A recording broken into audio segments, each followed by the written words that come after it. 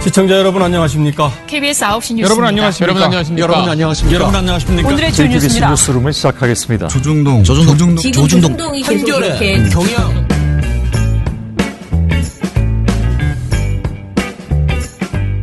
민원연의 미디어 탈곡기 642화를 시작하겠습니다. 예, 안녕하세요. 저는 언론 권력을 감시하는 민주언론시민연합에서 사무처장으로 일하고 있는 김원경입니다. 네, 방송 모니터 담당 활동가 조선입니다. 이정일입니다. 예, 조국 후보자 때문에 여전히 정말 시끄럽네요. 그죠? 난리입니다, 난리. 네, 난리입니다. 각자 들은 난리에 대해서 한 가지씩 얘기해 볼까요? 너무 많은데. 이거 다 난리 중에 저는 어제 오마이뉴스의 기자분께 전화를 받았는데 제가 요즘 낮에는 거의 이 매체를 보지 않거든요. 그런데 나보고 이 유명한 소식을 모르냐면서 기자님께서 막 설명을 열심히 해주셨습니다. 그러니까 가로세로 연구소에서 김용호 씨가 나와가지고 조국 법무부 장관과 여배우에 관련된 이야기를 했다는 거예요. 그런데 그 보도가 그 내용이 엄청나게 많은 클릭수를 자랑하고 있고 그 가로세로 연구소 그 영상이 그리고 관련된 내용을 통대로 해서 이제 확대 재생산되고 있다라고 했어요. 그래서 저는 이 이야기부터 해보려고 하는데요. 지금 오마이뉴스 메인에 거의 떠 있네요. 이 사람 김용호 씨라는 사람은 어디서 많이 들어본 사람이다 생각하시겠지만 이분이 바로 홍가희 씨를 비난하는 기사를 썼다가 그 위자료 판결을 받은 그 사람이에요. 홍가희 씨가 가장 많이 이제 절대 용서할 수 없다라고 했던 그 기사를 썼던 분이시죠. 아무튼간에 지금 이 조 후보자가 한 톱스타 여성 배우를 후원했다라고 주장하는 유튜브 동영상이거든요. 김용우 씨가 자신의 25일 개인 계정에 조국이 밀어준 여배우는 누구? 라는 제목의 영상을 올렸다고 합니다. 내용은 조국 법무부 장관 후보자가 한 여성 배우를 후원했다는 것인데요. 그 영상에서 실제로 그 사람이 한 말은 이런 거래요. 팩트가 있다. 사실 확인이 됐다. 여배우 실명을 얘기해도 될 정도로 팩트가 들어와 있다. 소송을 못할 거다. 너무나도 명백한 증거가 있다. 여성 배우가 결혼을 했다. 불륜인가? 여성 배우는 이미 이혼을 했다. 톱스타 여배우다. 라는 이야기를 했다고 합니다. 아니 근데 증거가 있으면은 대면되지 않나? 근데 증거를 말도 안 했던 것 같은데. 그런데 이 김 씨가 근거로 내세운 것은 조국 후보자가 모임에 배우를 대동했다. 조 후보자가 배우를 도왔다고 조 후보자 동생이 말했다는 제보가 있다. 이런 내용이고요. 그리고 이 정도 확실한 증거입니까? 네. 없는 게 뭐냐? 증거 사진 없음, 영상 없음, 부적절한 관계가 이뤄진 정황 없음. 조 후보자가 권력을 이용해서 그 배우에게 어떤 특혜를 주었는지 아무것도 없음. 이게 없는 거예요. 있는 것은 아까 제가 말씀드린 두 개야.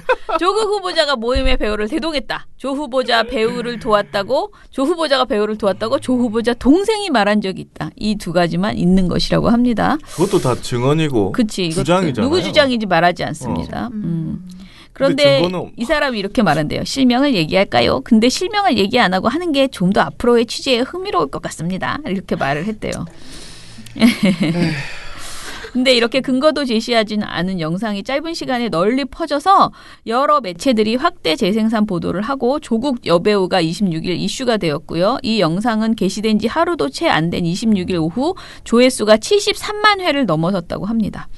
그래서 저에게 전화가 왔습니다. 기사를 보면 제가 말한 게 있습니다. 등장. 사실 여부를 떠나서 시청자가 진위를 판단할 수 있는 근거를 전혀 제시하지 않은 무책임한 영상이다라고 제가 얘기를 했습니다. 왜냐하면 제가 뭐가 있어요? 근거가 뭐예요? 계속 물어봐도 이 기자님께서 이렇게 말하셨기 때문에.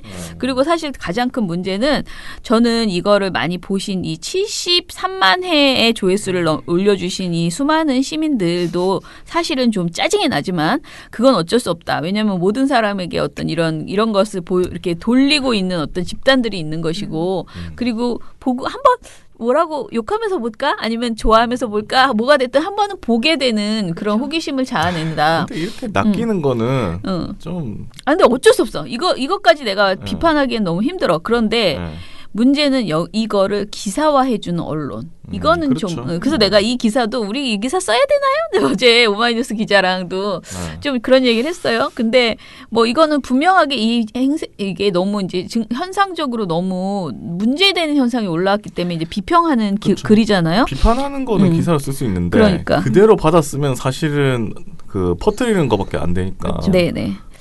그래서 언론이 제가 제일 나쁘다고 생각하는 거는 이 사람의 속셈은 그 김용호 씨의 속셈은 일단 이렇게 내가 터트리면 이 내용이 일파만파로 퍼질 것이라는 걸 뻔히 알아요. 알고 있죠. 근데 그걸 알면서 이런 걸 올렸는데 언론이 여기에 놀아나 준 것이 가장 큰 문제다라고 생각을 합니다. 가장 득번 사람은 김용호 씨고. 그렇죠. 그러니까 예. 엄청난 화제가 됐어요 이걸로. 조회수. 네, 지금 올라- 조국 사실 어제 저도 눌러봤거든요. 인기 네. 검색어에 아, 그래요? 뜨길래 지금 조국 여배우를 포털창에 쳐보면 무려 1,550건의 기사가 나와 있는데 이게 하루만이 아니라 사실 어제 저녁에 화제가 된 거거든요. 그러니까. 그러니까 반나절 만에 음. 지금 한 1,500여 건의 기사가 나왔으니까 얼마나 많이 다들 퍼뜨리고 있는지 알 수가 있습니다. 아니 이 사람 기자예요? 근데? 네, 옛날 기자죠. 지금은 옛날 지금 기자. 아니고? 그러니까 지금은 어디 적을 둔 기자는 아니고 지금 기자였던 유튜버로서 사람이구나. 지금 활동하고 있는 것이죠. 예.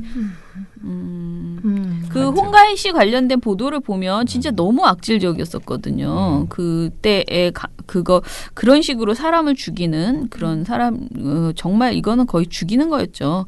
그런 걸 생각해 보면은 지금 이 똑같은 행태를 보이고 있다. 스포츠 월드라는 매체에 재직 중일 때 그때 홍가인 씨를 그렇게 거의 뭐 죽이는 그런 보도를 했고 스포츠 매체에서 홍가인 씨를 썼어. 그러니까. 그것도 신기하네. 그러니까. 근데 사실 스포츠 월드에서 보도한 것 그거 자체도 문제지만은 그 내용을 조선닷컴이 거의 그대로 받아서 써가지고 이게 네. 막 일파만파로 그때 당시에 그 홍가희 씨가 이제 완전히 허언증 환자로 그렇게 이제 돼버린 거죠. 낙인을 찍힌 아이고. 거죠. 근데 이건 아무튼 1,000만 원 배상 판결을 홍가희 씨가 승소해가지고요. 이 사람이 물어줬어요. 그런데 뭐 이렇게 하나 올리면 1,000만 원 금방 벌겠네. 그러니까 조국 유튜브 이걸로. 그러니까. 100만에 가고 하면 돈 많이 벌겠지. 그러니까요. 아무튼 문제입니다. 또 나 말고 다른 사람은 뭐를 그 조국 후보자 관련해서 뭐 센 거 없었습니까? 응? 이거 사실 그 어제 빵뉴스에서도 동준 씨가 말씀하신 건데 그 조국 딸 포르쉐 그게 네, 와 매경에서 쓴 기사였는데 네. 그 자제가 사는 오피스텔 주차장에 간 거예요 기자가. 그리고 그 주차장에 가보니까 10대 중 2대가 포르쉐더라. 그러니까 그 사실을 바탕으로 조국 딸이 포르쉐를 타고 다닌다는 것까지 나아가려고 한 기사였거든요. 근데 이제 제가 SNS에서 팔로우하는 매경 그 기자가 한 분 계시는데 그 기자분이 그 후배 기자의 그걸 보고 그 내부에서 지워달라. 이거는 말이 안 된다. 그러니까 둘 사이에 연관성이 있으면 몰라. 그리고 있어도 그거는 말이 안 된다라고 해서 삭제한 기사였는데 이제 약간 모든 조국과 관련된 의혹 제기가 약간 이런 식으로 이루어지고 있어요. 아까 그 조국 여배우 이것도 마찬가지지만 어떤 사실과 또 다른 사실인지도 잘 모르는 이걸 가지고 약간 이게 그렇지 않을까 의혹이 생기고 있다. 이런 거거든요. 그래서 진짜 저는 이제 방송 모니터를 담당하는데 TV조선이 진짜 엄청나요. 뭐 예를 들면 이런 거예요. 뭐 예를 들면 부산대 의전원 학부모와 조국 부인 그러니까 그 딸의 엄마가 아는 사이다. 그래서 의전원 합격에 영향을 주지 않았을까? 뭐 이런 거 있잖아요. 그러니까 그러면 사실 두 개를 나열해 놓고 왠지 그럴듯하게 엮어놓은. 그 안에 상관관계를 찾아야지. 그러니까 기자면. 예를 들면 무슨 뭐 만나가지고 뭐 그런 얘기 했다더라. 뭔가 입학할 때 뭔가 그걸 좀 했다든지 뭐 촌지를 건넸다든지 약간 이런 게 있는 것도 증거가 아니고 있구나. 그냥 아는 사이라더라. 그리고 그 아이는 의전원에 다니면서 장학금을 받았어. 이렇게 하니까 되게 엄청난 그게 있는 것 같은데 그러니까 그런 의혹이 사실이더라도 지금은 너무 가족을 검증하는 데에 매몰돼 있어서 이게 문제라고 생각을 하는데요.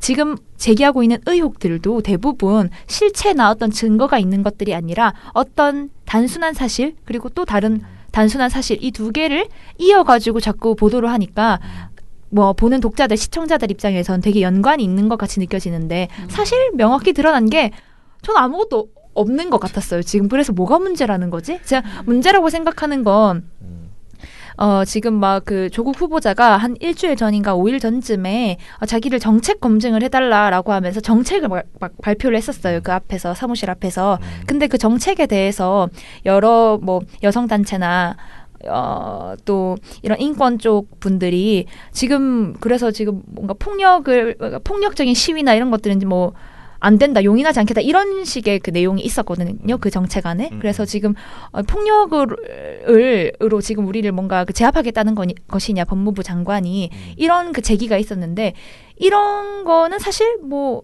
보도 안 해요. 자, 그러니까 이거에 대해서 제대로 검증하거나 그렇다면 지금까지 법무부 장관 후보자로서 서울대 교수 시절에 민정수석일 때 계속 뭔가 그 소수자나 사회적 약자들을 대상으로 어떻게 뭔가 발언을 해왔고 어떤 정책을 만들어 왔는지 이런 걸 좀 검증해보면 좋을 텐데 그게 아니라 너무 지금 가족에 이어서 이제 여배우까지 나왔다 이런 생각이 듭니다. 그리고 또 하나 저는 만약에 제가 진짜 그 딸이었으면 엄청난 인신공격으로 느낄 것 같다는 생각도 들어요. 뭔가 그렇죠. 뭐 피해자는 아니지만 뭔가 내가 한 모든 것들이 다 부정당하고 모든 것들이 내 아빠가 조국이라는 이유만으로 지금 신상이 정말 탈탈 털리고 있잖아요. 다 털렸지. 네. 지금 보면 위키트리 뭐 이런 사실 뭐 언론이랑이 좀 그렇지만 조국 딸에게 이런 취미가 있었나 보세요 하면서 중고나라에서 판매했던 맞아. 물건의 정체 이런 거 올려놨어. 중고나라에서 뭘 팔았는지, 뭘 팔았는지 미쳤나 딸이 봐. 뭘 하고 다녔는지 진짜 이런 거 하고 있다. 그리고 지금 뭐 아이엠 피터가 페이스북에 올렸던 건데 조선일보 사진부 대문 페이스북 대문이 조국 민정수석이 어떤 차를 밀고 있는 네네네네. 그거 엄청난 화제가 됐었어요. 이게 뭐야? 뭔데? 사이드 브레이크를 안 걸고 주차되어 있는 차를 조국이 밀면서 막 이렇게 하는 미는 장면이에요. 네, 장면인데 그걸 가지고 또 이제 그런 프레이밍을 했어요. 뭐 이걸 다 이겨내겠다. 뭐 위장 이혼 이런 것들을 다 뭐 밀어내겠다 이러면서 이제 프레이밍을 했었던 게 있었거든요. 그래서 막 네티즌들이 다들 그런 식으로 조롱했죠. 정말 조선일보는 페이스북 대문부터 해가지고 조국이 아니었으면 뭘 보도하려고 했냐. 뭐 그리고 이런. 뭐 중앙일보 대표적인 거 아픈 아기 피 뽑아 만든 논문 조국 딸이 휴지 조각 만들었대. 근데 이게 조선일보가 먼저 만들었대요. 네, 먼저 하고 중앙일보가 받았었죠. 중앙일보가 아픈을 넣었다. 네네. 조선일보가 아기 피 뽑아 만든 논문이라고 했는데 그래서 이런 조국 식으로. 뱀파이어 설도 있다고. 네? 그건 뭐예요? 그 기사 때문에 그런 말들을 한다고. 아기 피 뽑아 뭐 이러니까. 진짜. 피 뽑아. 그리고 뭐 지금 우리가 약간 수다처럼 얘기하고 있기는 하지만은 그 웅동학원이 재산이 많다고 그랬다가 그건 그렇지. 환원한다고 그랬더니 빚더미밖에 재산 없다. 빚더미라고 그랬다가 어쩌라고? 다들 그렇게 오병이어의 기적을 만들고 계시다고. 하루 만에 재산이 많았다가 재산이 뚝 떨어져 빚더미였다가 지금 그러고 계십니다. 자, 우리가 한번 이거는 조국 관련된 보도는 다 종합을 해서 하는데 이미 너무 많이 밝혀진 것들도 많고요. 어제 뉴스공장에서 그 학원 강사 뭐 전문가 학원 강사가 아니죠. 입시 전문가께서 하신 이야기들은 굉장히 좀 뭐라 그럴까요? 좋았어요. 그러니까 특히 저는 마지막에 이 아이의 그 기록을 보면 아이가 어떤 아이인지 보이는데 아이한테 참 미안하다. 이제 어른으로서 그 얘기하는 부분에 있어서는 사실은 저도 그렇게까지 생각 안 했는데 그 좀 울컥하더라고요. 그 진짜 당하는 당사자 한번 여러분 생각을 해보세요. 누구든지. 근데 그렇게까지 모든 것이 까발려지는 앞으로의 삶이 너무 걱정스러운. 그렇죠. 예. 그래서 이게까지 네. 털릴 일인가? 네. 그 뒤로 뭘 할 수 있을까 이런 생각이 들어요. 그러니까 조국이 아빠라는 이유만으로 내가 중고나라에서 뭘 팔았는지 이렇게 따지면 정말 모든 걸 다 검색할 수 있잖아요. 그러니까요. 고소해야 된다고 봅니다. 저는 고소해야 된다고 언론들을? 봅니다. 네. 하면 또 했다고. 그러니까 근데 이거는 좀 심각하다라는 생각이 거듭 드네요. 변상욱 기자 관련해서요. 변상욱 대 기자 관련해서 지금 그 YTN에서 일단은 그 뭐라 그러죠? 성명을 YTN 노조에서 YTN 노조에서 성명을 썼는데 어떻게 생각하세요? YTN 뉴스가 있는 저녁 거기서 변상욱 앵커 이름 걸고 프로그램 하는 거잖아요. YTN에서. 거기에서 나와라. 그런 말이 페이스북 그 글 때문에 우리가 너무 뭐 위상이 명예를 실추됐다. 명예를 잃었다. 이런 라고 식인데. 하는데 자, 일단은 YTN 노조의 그 뭐 성명이죠. 성명이라고 해야 되나요? 성명 네, 맞네요. 성명이 내용이 그래요. 일단 변 앵커가 반듯한 아버지 밑에서 자랐다면 숫골 마이크를 잡게 되진 않았을 수도라는 그런 SNS 글을 트위터에 게시한 글이죠. 그 글을 썼다는 것 때문에 이제 본인이 트윗을 삭제하고 그리고 페이스북에 청년들의 박탈감을 헤아리지 못했다라고 하면서 사과의 글을 올렸고요. 그리고 계속 항의가 이어지는 가운데 그 뉴이처 방송에서 따로 사과를 할 예정이었는데 그냥 아예 휴가를 내고 자숙의 시간을 갖고 있다고 합니다. 변상우 앵커가. 그런데 여기까지는 그냥 사실을 정리를 하더니 그 YTN 노조가 이렇게 말을 했어요. 엄밀히 말해서 SNS는 사적인 영역이지만 개인이 SNS에 올린 글을 사인으로서 쓴 건지 공인으로서 쓴 것인지 칼로 무자르듯 나누는 건 사실상 불가능하다. 하물며 앵커 그것도 프로그램의 이름까지 걸고 진행하는 앵커의 경우에는 더욱 그렇다. 아무리 방송이 아닌 개인 SNS에 피력한 의견일지라도 그것을 오롯이 앵커 개인의 생각으로만 여기기는 쉽지 않다. 본인의 의도와는 상관없이 회사 전체의 의견으로 해석될 여지가 크다라고 말을 했는데요. 이거는 말이 안 되는 게 이건 진짜 그냥 변상욱 이렇게까지? 앵커가 좀 싫었나 보다 이런 생각밖에 안 듭니다. 프로그램 진행 계약을 맺은 프리랜커 앵커가 YTN을 대변한다고 보는 건 억지라고 할 수도 있다. 그러나 일반 시청자들은 뉴스를 진행하는 앵커가 YTN 정직원인지 프리랜서인지 구분하지 못한다. YTN 앵커가 하는 말은 곧 YTN의 말로 인식되는 것이다. 이렇게 말했습니다. 지금 기존의 YTN 앵커들이 얼마나 주적을 싸우고 진짜 그랬는지 좀 생각을 해보세요. 지금 뉴이처 이거 하나가 아니고 그러면 이런 말을 할 거였으면 그동안의 YTN 앵커들의 문제는 왜 한 번도 지적하지 않았나. 그분들은 SNS 안 쓰고 방송에서 했기 때문에 괜찮고 변상욱 앵커는 SNS 썼기 때문에 안 된다 이런 건가? 네. 그 성명서 그 제가 뒷부분이 또 너무 진짜 흥분했네. 그 성명서 뒷부분이 진짜 이 사람들이 하고 싶은 말이었던 것 같은데 네. 올해 2월 회사가 변상욱 대기자의 지명도와 전문성이 YTN의 역량과 결합해 시너지를 일으킬 수 있다고 판단해서 앵커를 영입한다고 밝혔다. 그러면서 YTN의 전체적인 경쟁력을 더욱 강화하는 차원에서 추진된다라고 강조를 했는데 그러나 변 앵커는 이 사람들의 말입니다. 제가 하는 말이 아니라 대기자로서의 전문성을 보여주는 대신 한없이 가벼운 언행으로 구설수에 오르고 그 결과 포털 실시간 검색어에 오르면서 다른 쪽으로 지명도를 높이고 말았다. 이 과정에서 YTN의 역량이라고 할 수 있는 구성원들의 자긍심은 땅에 떨어졌고 회사의 브랜드 이미지도 함께 추락했다라고 했는데 그러니까 약간 이런 것 같아요. 그 앞에 보면은 프리랜서 앵커가 YTN 뭐 이런 말이 있잖아요. 약간 굴러 들어온 돌이 지금 YTN의 역량이라고 할 수 있는 구성원들의 자긍심을 깎아먹는다 이런 말이거든요. 그러니까 이 뒷말을 진짜 하고 싶었던 것 같아요. 무슨 공인이냐 사인이냐 이런 거는 놔두고 지금 싫은가 봐. 그냥 싫은 거죠. 그냥 굴러 들어온 돌이 어떻게 YTN 구성원들의 쌓아놓은 게 있나 어쨌든 쌓아놓은 자긍심을 다 깎아먹는 거다. 경쟁력 회사의 전체적인 경쟁력을 깎아먹는다 이렇게 말하는데 지금 침소봉대하는 거잖아요. 사실은. 나 앞뒤가 좀 안 맞는 것 같은데. 네. 그래서 이게 진짜로 하고 싶은 말이었던 것 같아요. 진짜 우리는 굴러 들어온 돌이 싫어요?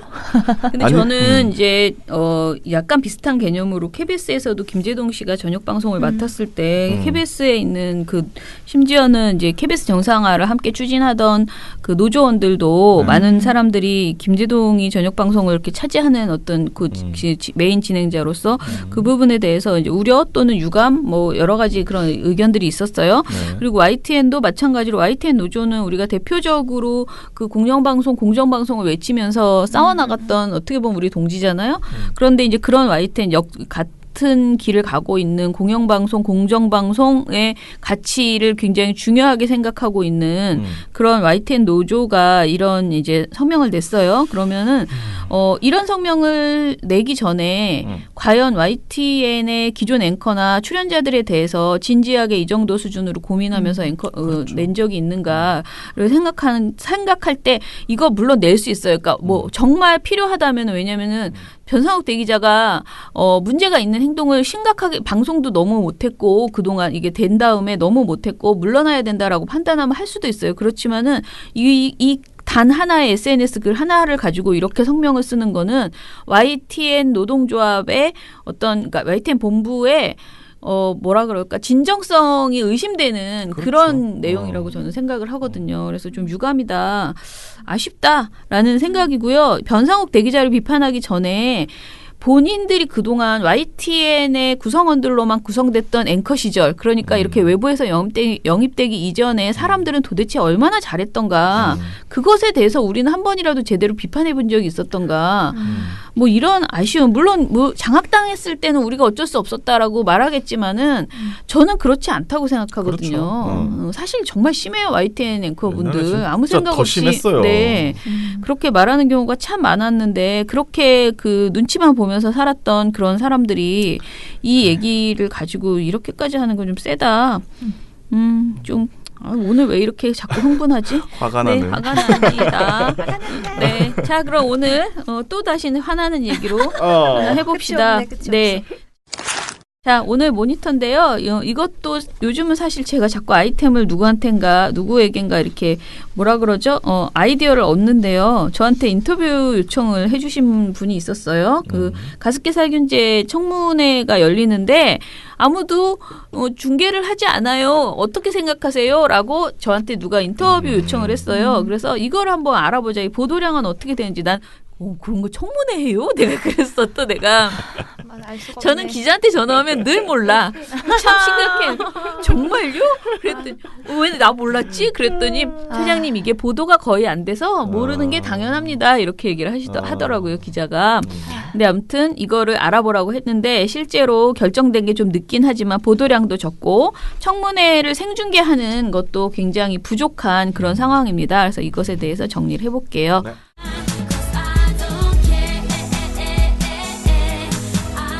민원연 신문방송 모니터. I don't care 특집.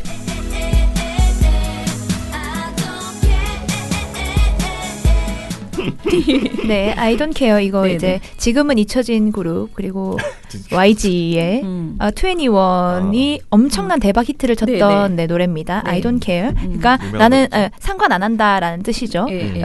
네, 이 제목 당연히 아실 느낌이 오실 텐데요.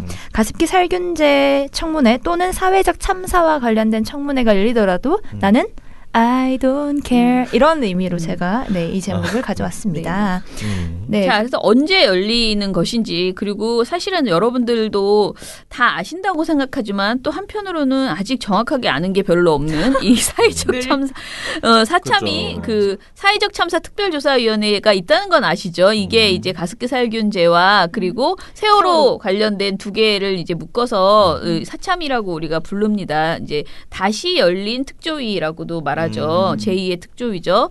이 특조위 지금 사참위로 쭉 얘기할게요. 사참위가 가습기 살균제 참사 진상규명 청문회를 엽니다. 사실은 이 가습기 살균제로는 첫 번째 열리는 청문회인 거죠. 왜냐면은 세월호 특조위는 전에 3차 3번의 이제 청문회를 했지만 가습기 참사로는 특별조사위가 처음으로 여는 청문회예요. 그런 건데요. 이것에 대해서 이제 쭉 정리를 해주세요. 일단 사안을. 네. 사참위 청문회 일정부터 말씀드리면 사실은 오늘부터 열리고 있습니다. 그러니까 오늘부터 내일까지 이틀 동안 사참위의 가습기 살균제 참사 진상규명 청문회가 열리는데요. 사참위 차원의 청문회는 정말 처음 열리는 거고요. 그런데 우리가 알고 있듯이 2016년 8월에 국회 차원에서 그러니까 국회 내에 가습기 살균제 국정조사 특별위원회가 설치되면서 그 당시에 청문회가 열렸고 그 이후로 3년 만에 이제 개최가 되는 겁니다. 그러니까 가습기 살균제 그 참사를 좀 더 설명을 해보자면은 우리가 다 알고 있긴 하지만 모른다는 전제하에 이 살균제가 1994년에 처음 출시가 됐어요. 그리고 이게 알아보니까 다른 나라엔 없는데 우리나라에만 뭔가 유달리 이런 그 제품이 딱 만들어져서 출시가 됐다고 하더라고요. 그러면서 그 이후에 총 998만 개 그러니까 약 1000만 개가 팔려서 약 400만 명이 사용했으며 그리고 이렇게나 사용했으니까 피해자가 최대 56만 명에 이르는 것으로 추정되고 있습니다. 그런데 지난 2월까지 피해 신고를 한 피해자들은 한 6,300여 명, 그러니까 7,000여 명 정도 되고 이 중 사망자만 1,400여 명에 이르는. 그런데 이게 생각을 해보면 대형 참사 중에 1,400여 명의 사망자를 내는 이런 참사가 정말 드물어요. 그러니까 무슨 뭐 어디 건물이 붕괴하거나 무슨 대단한 참사가 일어나지 않는 한 정말 대단한 참사라고 할지라도 1,400여 명이나 되는 사람이 목숨을 잃는다. 이게 엄청난 그런 참사라고 하더라고요. 그래서 대한민국 내에 최대의 화학 참사라는 그런 그 별칭까지 붙어 있습니다. 그런데 이렇게 많은 피해자가 있는 가운데, 그러니까 최대 56만 명에 이르는 피해자 가운데 정부가 딱 인정을 해서 너희들에게는 우리가 국고로 지원을 해줄게라고 인정을 딱 받은 이런 피해자들은 지난 7월을 기준으로 835명에 불과하다고 합니다. 그러니까 아이고. 최대 56만 명인데 1%도 안 되는 단위라고 해요. 근데 이제 이 문제가 그러니까 우리가 다 가습기 살균제 참사라고 해서 알고 있긴 하지만 이게 그러면 또 똑같아요. 5.18 여러 가지와 똑같이 이게 진상규명이 완벽하게 되었나? 라는 것과 그러면은 정말 책임 소재를 제대로 처벌했나? 그리고 그러면 이 피해자들을 어떻게 지원하고 있는지 그리고 그렇죠. 다시는 이런 일을 발생하지 않도록 어떤 기업의 이런 화학 제품에 대한 그 검증을 제대로 하게 만든다거나 이런 것들에 대해서 제대로 된 재발 방지 대책이 마련됐는가 해보면 사실 머릿속에 떠오르는 게 잘 없어요. 없어요. 근데 왜냐하면 그게 제대로 안 됐기 때문에 우리 머릿속에 잘 없는 거고 그래서 또 청문회가 열리는 것이기도 하고요. 그게 또 외국 기업에 있어가지고. 네, 이게 최대의 사망자를 낸 곳이 옥시 레킷 벤키저라는 우리는 저는 이게 옥시싹싹 이런 게 되게 한국적이라 가지고 이름이 그래요? 몰랐어요. 그때 전까지는 영국이 본사인 줄 몰랐는데 네, 옥시는 영국이 본사인 기업입니다. 네. 그런데 이제 3년 전에 국회에서 청문회를 할 때도 그 당시에 증인 절반 정도가 대부분 나 우울증, 나 심신미약 이런 걸 핑계로 안 나왔어요. 그러면서 그 당시에도 옥시의 한국 대표만 나와서 존 증언을. 리였나요? 네. 성함이 이분이 유튜브 구글 코리아 사장. 지금이세요? 뭐 돌려받기 하는 거예요? 뭐예요? 저 몰랐어요. 그때 네. 우리 왜 외국어 자꾸 영어로 국회 성함이. 청문회 오셔가지고 영어로만 막 말하고 그 사람 그 그분이 사람이에요? 그분이에요. 네. 같은 분이에요. 대박이네. 진짜예요. 잠시만요. 확인해 보세요. 대박. 야, 그거 어떻게 그래서 돌려받기 하는 어떻게 거예요? 한국에서 이렇게 악행을 저지른 사람이 또다시 유튜브, 그러니까 이게 사람을 가습기로 죽이고 그 다음에 네. 이런 정신적인 그러네. 부분으로 가짜 뉴스로 한번 더, 죽이고. 지금 거의 그런 거 아니냐라는 뭐 어디서 비판. 파견했나? 이게 저는 무슨 이거 어떻게 사람이 돌려받기 하는지 왜 이래? 가짜 뉴스.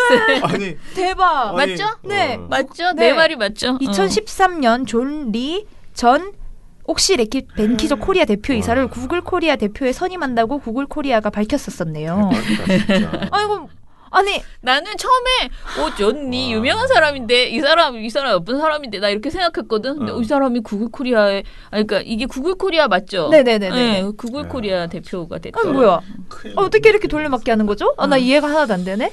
그러니까 아무튼간에 합리적인 의심을 할 수밖에 없어. 네, 네 그렇습니다. 그러니까 우리가 모르는 이유는 사실 제대로 된 진상 규명이 안 되었기도 하고요. 네. 그러니까 또 청문회가 열리는 이유이기도 할 텐데요. 사실 가해 기업들 그래서 그 이후로 차근차근 검찰 수사도 됐고 검찰이 재수사를 마쳐가지고 지난 7월에 걔네들이 가해 기업들이 어떻게 증거인멸을 했는지 뭐 관련된 자료들을 다 삭제하라고 시키거나 그런 일들이 있었거든요. 네. 그런 것들이 밝혀지고 또 검찰이 그 고소장을 제출하고 그래가지고 애경 대표 우리나라 기업이죠. 애경 네. 전 대표가 실형을 받는 것까지는 나왔어요. 그런데 그것뿐이고 앞으로 더 밝혀내야 할 것들이 되게 많죠. 그래서 오늘 내일 청문회가 열리는 것이기도 하고요. 네. 그런데 이제 이 청문회의 생중계 현황을 저희가 지적을 하려고 하는 건데요. 일단은 제가 어제 오전에 이걸 착수했을 때만 하더라도 생중계를 하는 곳, 예정된 곳이 사실 TBS TV밖에 없었습니다. 그래요? 네, TBS는 사실 수도권을 대상으로 하는 그런데 이제 여기서만 하겠다고 발표가 됐고 지상파 3사에서는 편성표를 뒤져봤을 때 전혀 이 청문회를 고려하고 있지 않았다. 늘상 하는 프로그램들 있잖아요. 그런 네. 것들을 다 편성을 해놨더라고요. 저는 KBS는 할 줄 알았는데. KBS 1은 할만하다고 생각을 했거든요. 저도. 그러게요. 그런데 편성표에는 없었어요. 그런데 어제 오후에 처장님 발로 들었어요. KBS가 오늘 오전에 제한적으로나마 생중계를 한다. 우리 보고서 봤구나. 아니야. 공소를 쓰는 걸 알았나?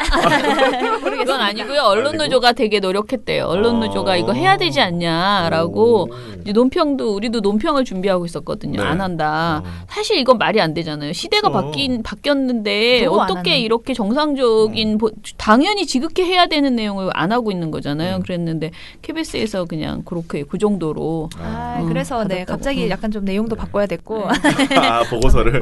네, 크게 바꾸진 않았지만 어쨌든 그래서 KBS의 경우에는 지금 녹음하고 있는 지금 할 겁니다. 아마 9시 반부터 한 12시까지 할 것 같고 그리고 TBS TV에서 오늘 내일 양일 다 한다고 합니다.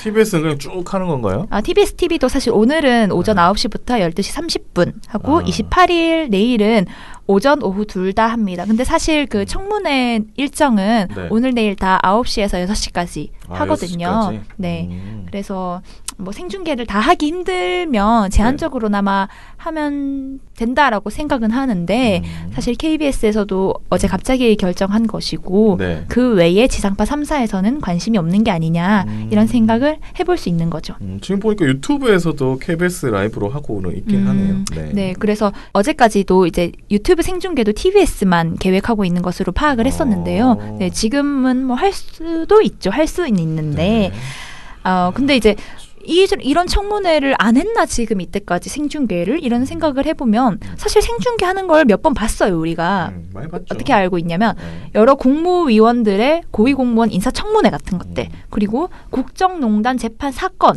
같은 그렇죠. 것들 그러니까 국민적인 관심이 쏠리거나 아니면 필요하다고 생각하면 할 수 있는 거죠 방송사에서. 네. 그런데 가습기 살균제 청문회는 외면한 거죠 지금까지.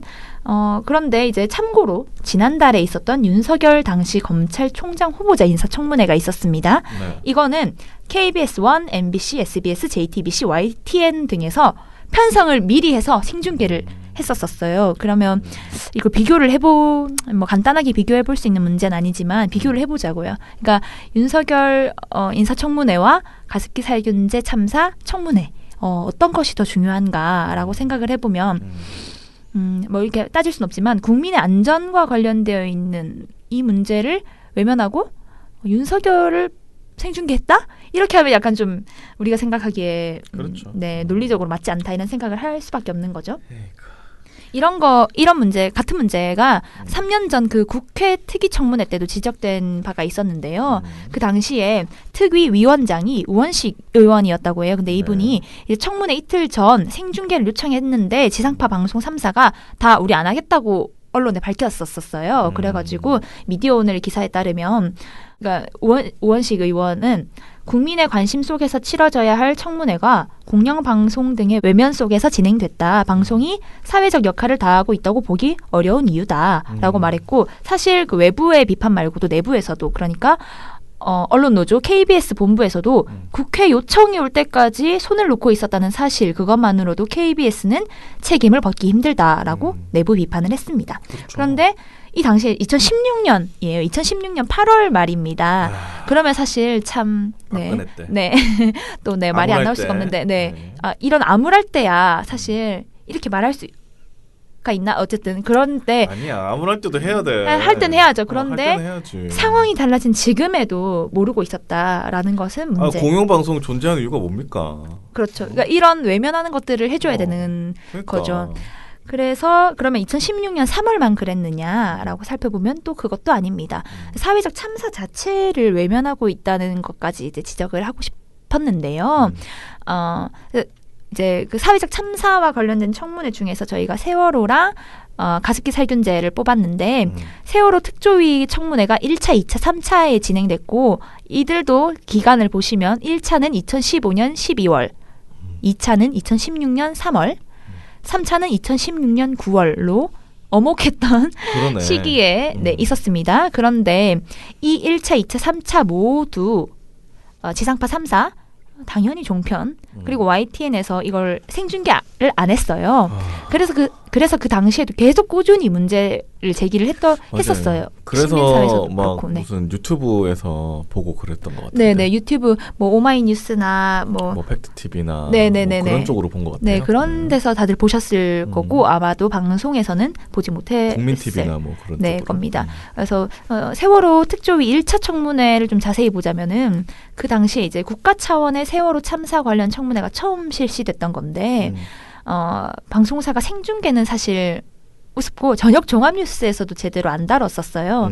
그래서 미디어 오늘에서도 기사를 냈었는데 그 당시에 미디어 오늘에서 이제 방송사를 취재를 해봤더니 언론사 데스크 대부분이 미디어 오늘이 취재하자 그걸 왜 생중계해야 돼? 라는 반응을 보였었다고 합니다.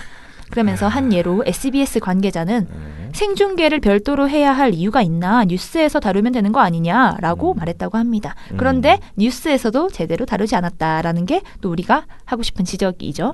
아니 근데 이거를 제가 보기에는 생중계를 안 하려고 하는 이유가 세월호도 그렇지만은 특히 가습기 살균제는 이게 정권의 부담이 되는 것보다는 기업에 굉장히 큰 부담이 되는 거잖아요. 그렇죠. 근데 그래서 더더욱이 괘씸하다는 생각이 드는 거예요.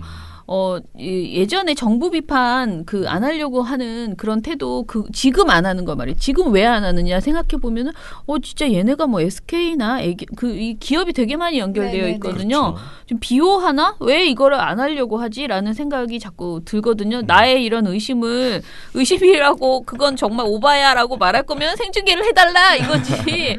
우리는 너무 궁금하다. 그리고 정말 우리 국민이 이렇게 무식하게 우리가 정말 말도 안 되는 피해를 입은 거잖아요. 진짜 이거 너무 약간 엄청난 너무 충격이에요. 슬픈 일이에요. 저는 그 영상들 이 피해자들 영상 보면은 진짜 정말 자식한테 좋은 공기를 하려고. 주기 위해서 이거를 저도 그런 사람이거든. 맨날 이렇게 컵으로 저도 진짜 피해자일지도 모르나. 아무튼 아직 밝혀지지 않은. 저는 너무 이게 처음 나왔을 때 정말 신박한 아이템이다 이거. 왜냐면 이걸 맨날 씻기가 얼마나 맞아요. 힘든데 가습기를 어렸을 살균제가 때는 엄청 있다니. 틀거든요. 그리고 환자가 있으면 틀어요. 근데 이게 건강하지 않고 오히려 주의해야 되는 사람에게 이거를 계속 우리가 정부를 믿고 이런 걸 팔았으니까 그게 한 거잖아요.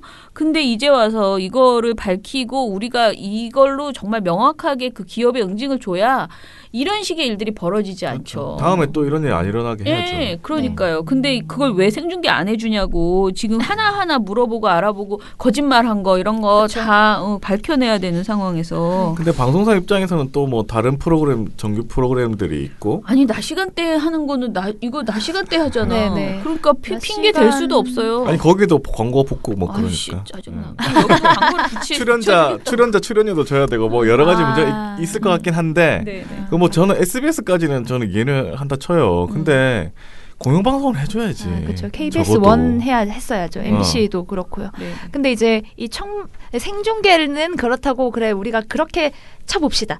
생중계를 안 한다고 칩시다. 백보 양보를 해보서 백보 양보해봅시다. 그런데 우리가 그럼 이 청문회 일정을 왜 몰랐을까? 이걸 음. 생각해보면 당연히 또 언론의 책임을 사실 물을 수밖에 없습니다. 사실 이게 그러면은 저는 이런 생각이 들어요.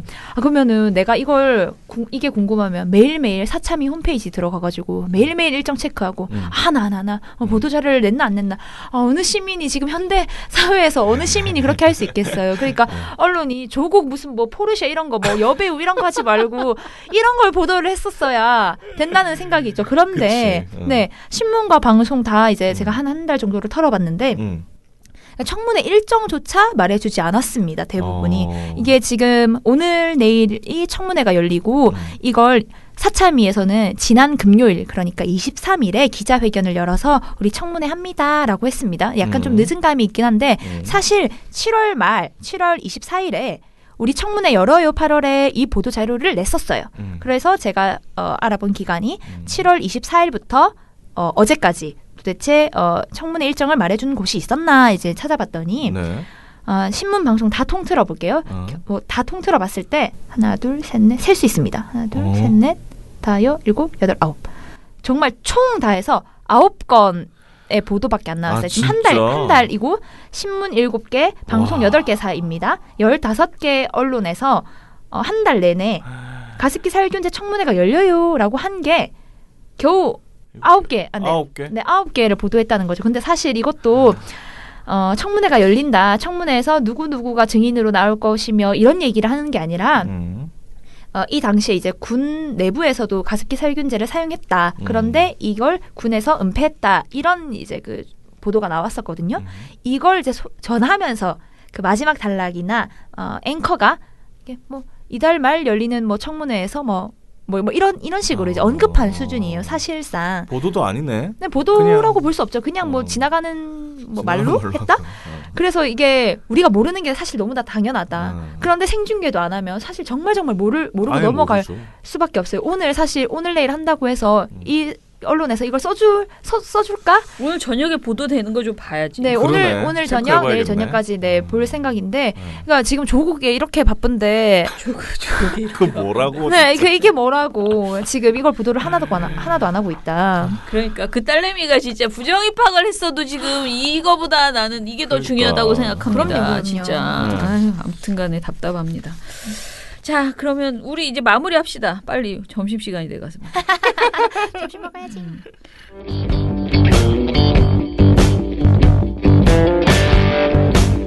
스마트폰 보다가 태연하게 가입했다. 가입이 간편하니까. 민주언론 시민연합.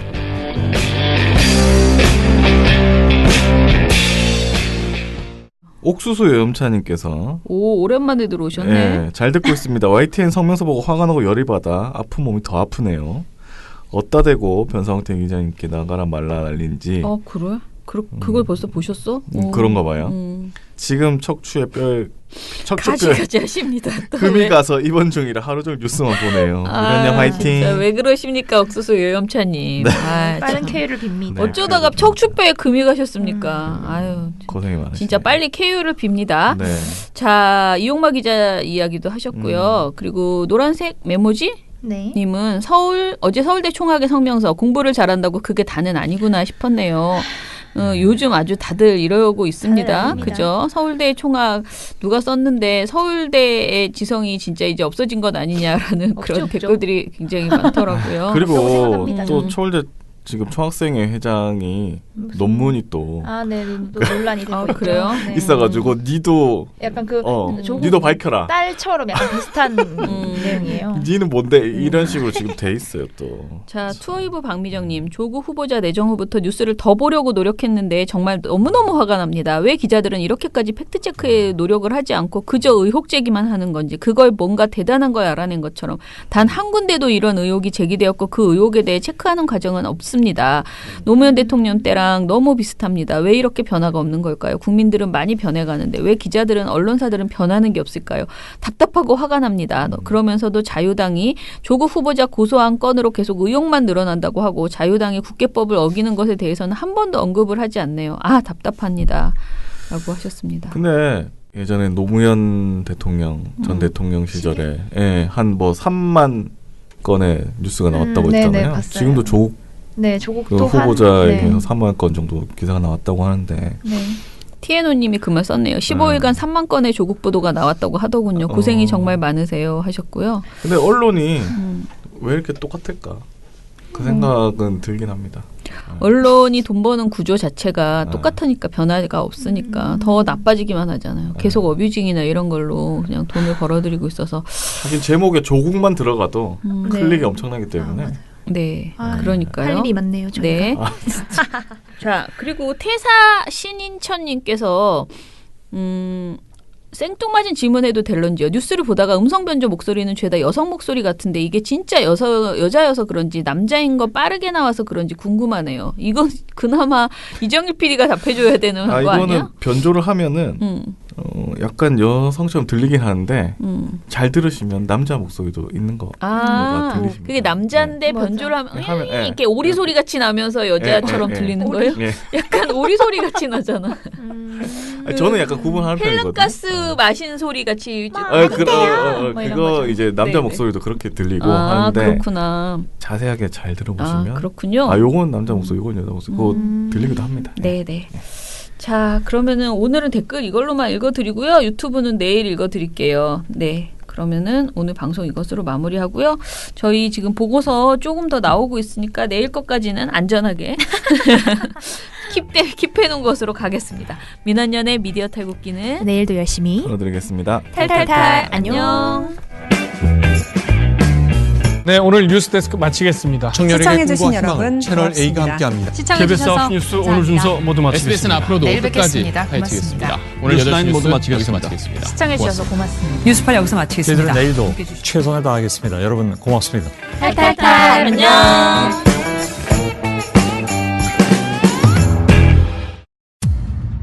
언론의 오보, 정치인의 막말 받아쓰기, 기계적 중립. 언론 때문에 이런 일로 속상한 일 많으셨죠? 이제 걱정하지 마세요.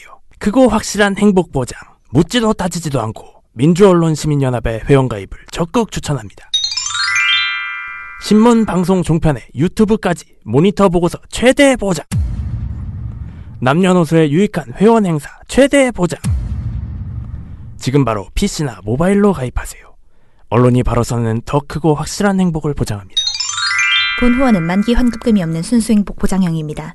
본 후원은 매달 최소 10,000원의 돈이 들며 후원금은 전액 언론운동에 투명하고 소중하게 사용됩니다. 기타 문의 사항은 민원련 전화번호 02-392-0181로 해주시기 바랍니다. 민주언론 시민연합.